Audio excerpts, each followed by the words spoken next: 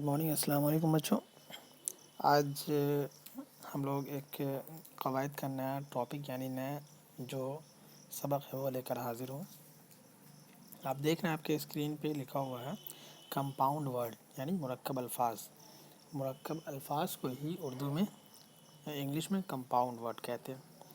تو سب سے پہلے جو مثالیں ہیں، کچھ ورڈز، کچھ الفاظ ہیں جو آپ کو دکھ رہا ہوگا، اس کو غور سے پڑھیں۔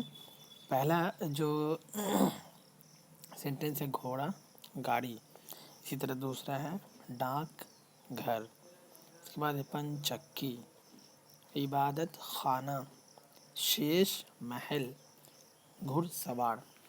یہ جو 6 الگ الگ طرح کے سینٹنس ہیں، اس پہ غور کرو تو آپ کو سمجھ میں آئے گا کہ یہ سارے کے سارے 2 لفظ سے مل کر بنا ہوا ہے۔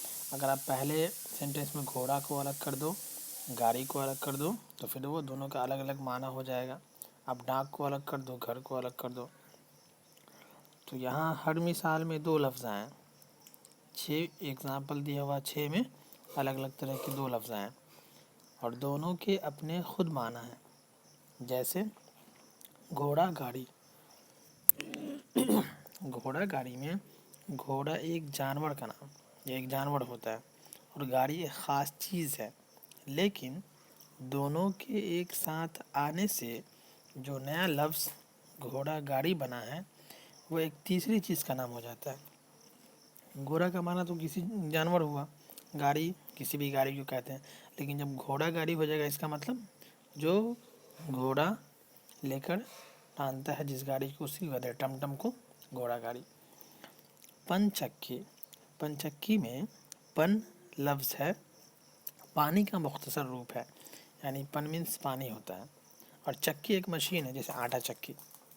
تو جب پن چکی ایک ساتھ جڑ گیا تو ایک نیا لفظ بنا، اور دونوں سے الگ الگ اسم ہے، پن بھی الگ اسم ہے اور چکی بھی الگ اسم ہے، لیکن جب پن چکی ہوا تو ایک نیا لفظ بن گیا۔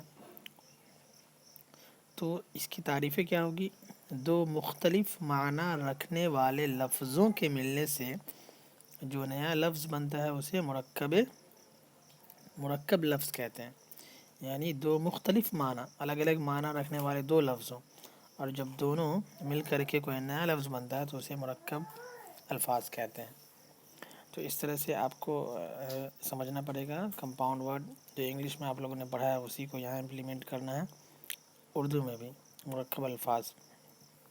سارے مثال پہ غور کرو تو ایسا ہی سب پہ ایک ہی طرح کی بات ہے، یہ الگ الگ ورڈ ہیں، پھر دونوں مل کر کے ایک نیا معنی بنا، نیا میننگ دیا ہے، اسی کو مرکب الفاظ کہتے ہیں۔ یعنی 2 لفظ کے ملنے سے جو ہے نیا لفظ بنتا ہے اسے مرکب الفاظ کہتے ہیں۔